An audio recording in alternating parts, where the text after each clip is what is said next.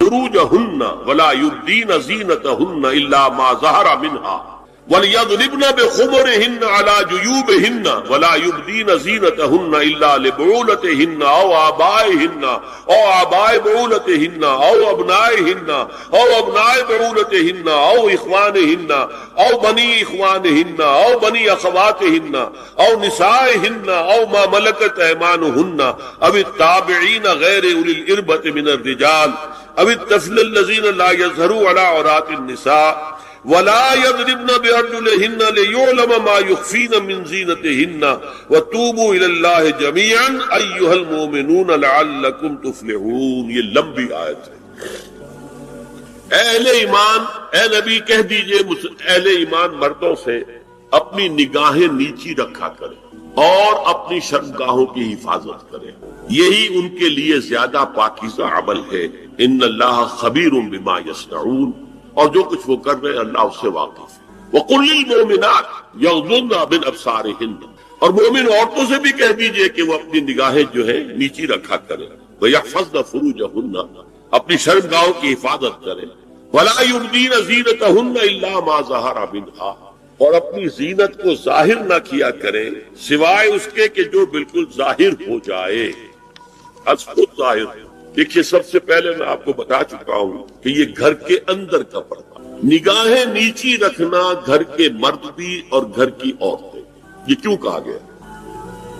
آج آپ کے علم میں نہیں ہوگا انسیسٹ کس قدر تیزی سے پھیل رہا ہے مغرب کے اندر.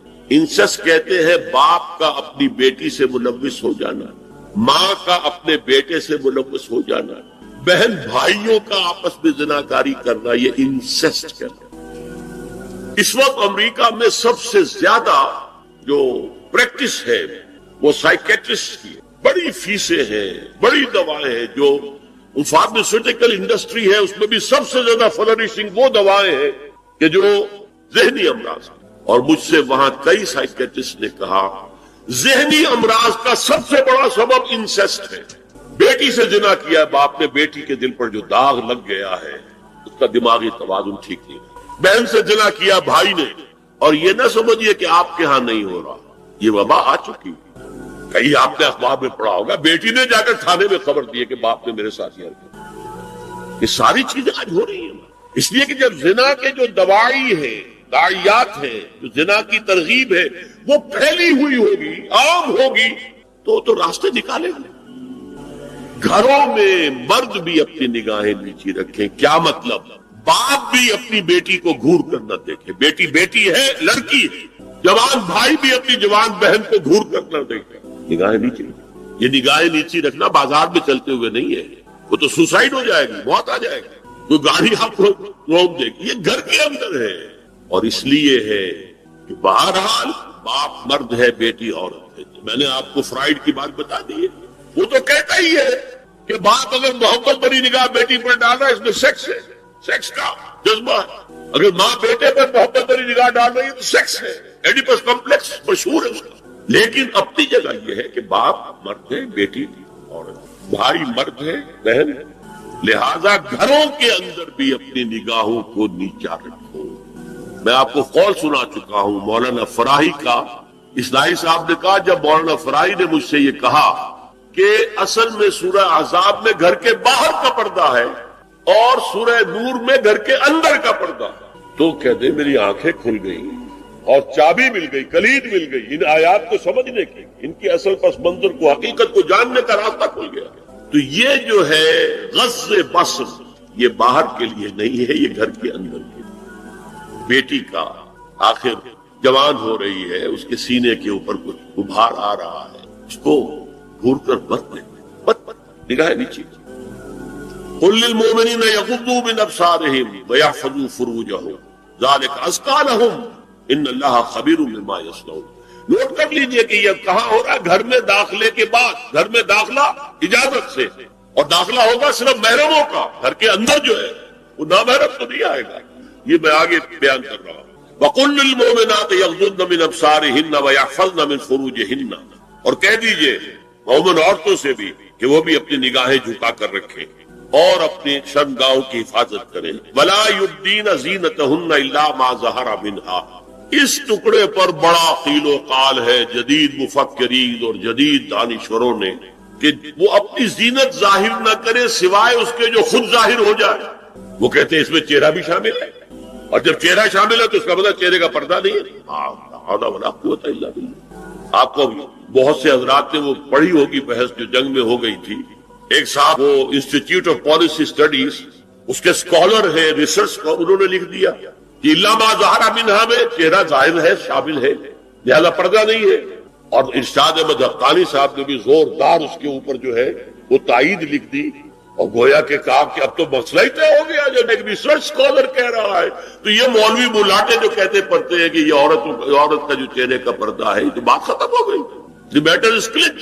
میں نے صرف ایک جواب دیا کہ اس شخص نے جو بڑا ریسرچ اسکالر تھا، پہلے یہ لکھا ہے کہ سورہ نور کی ان آیات میں سطر کے احکام آ رہے ہیں، تو پھر یہاں پردے کا شعر کا معاملہ کیا ہو؟ سطر میں تو پردہ چہرہ شامل نہیں ہے. محرموں سے پردہ کیا ہے؟ محرموں سے اس کا نام سطر ہے. عورت کا پورا جسم سطر ہے سوائے چہرے کی ٹکیا اور یہ ہاتھ اور یہ پاؤں. بس کیا مطلب ہے؟ بھائی بھی نہیں دیکھ سکتا بہن کے جسم کا کوئی اور حصہ، باپ بھی نہیں دیکھ سکتا بیٹی کے جسم کا کوئی حصہ. یہ سطر ہے. سطر محرموں سے پردہ ہے.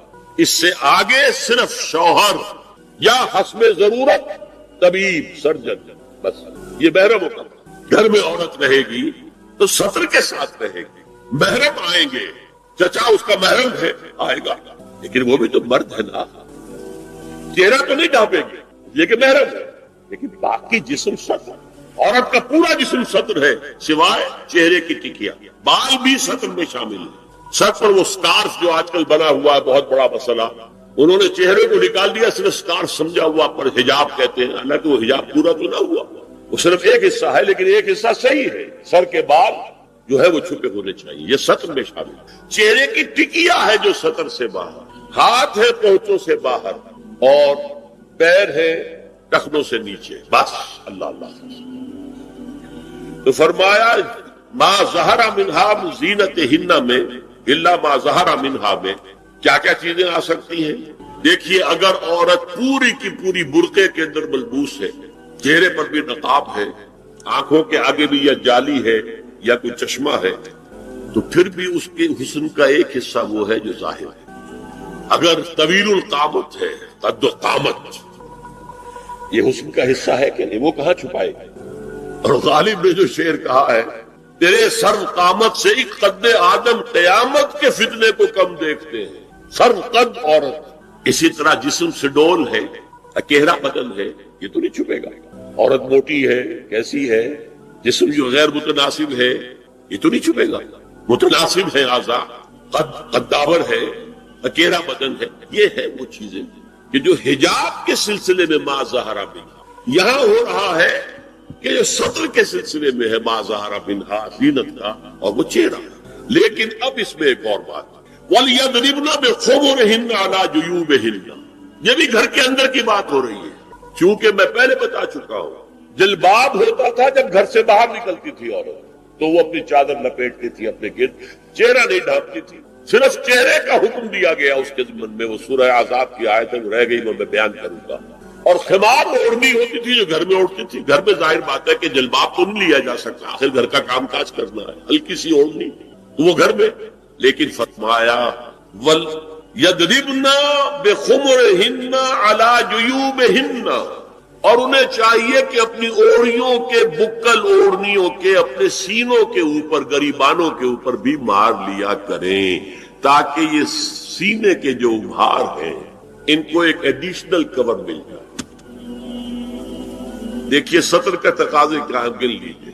لباس دبیز ہونا چاہیے، باریک نہیں. حضور نے فرمایا اللہ کی لعنت ہو ان پر جو لباس پہن کے بھی ننگی ہوتی ہے. باریک اتنا لباس ہے، یہ چست اتنا لباس، ڈھیلا ڈھالا ہونا چاہیے، دبیز ہونا چاہیے. لباس کے اندر یہ دو حصے جو ہیں وہ لازم ہیں. اور پھر سینے پر، اب ظاہر بات ہے کرتا پیدا ہوا ہے، ڈھیلا ڈھالا ہے، پھر بھی یہ سینے کے ابھار تو ظاہر ہو جائیں گے.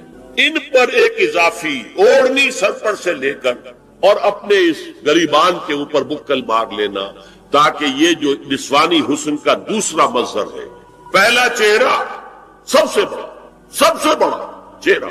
اب جو لوگ کہتے چہرے کا پردہ نہیں ہے تو خدا کے بندو پھر پردے کی ضرورت کیا ہے؟ نسوانی حسن اگر اس میں اٹریکشن ہے وہ کہاں ہوتا ہے سب سے بڑھ کر؟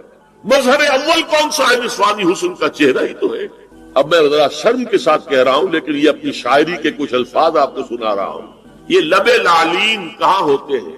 چہرے پر ہوتے ہیں یا کہیں اور ہوتے ہیں؟ یہ عارض گلگوں یہ کہاں ہوتے ہیں؟ چہرے پر ہوتے ہیں یا کمر میں لگے ہوتے ہیں؟ یہ چاہے زقن تھوڑی میں اگر کچھ کھڈا پڑا ہوا ہو چاہے زقن، یہ تعریفیں جو شاعری میں ہوتی ہیں یہ کہاں ہوتا؟ یہ بجگاہ کے تیر یہ کہاں ہوتے ہیں؟ یہ نرگسی آنکھیں یہ کہاں ہوتی ہیں؟ اور ستواں ناک یہ کہاں؟ چہرہ ہی تو ہے. سب سے بڑی اٹریکشن تو چہرہ ہے. اسی کو نہ چھپایا تو پھر اور کیا چھپایا ہے؟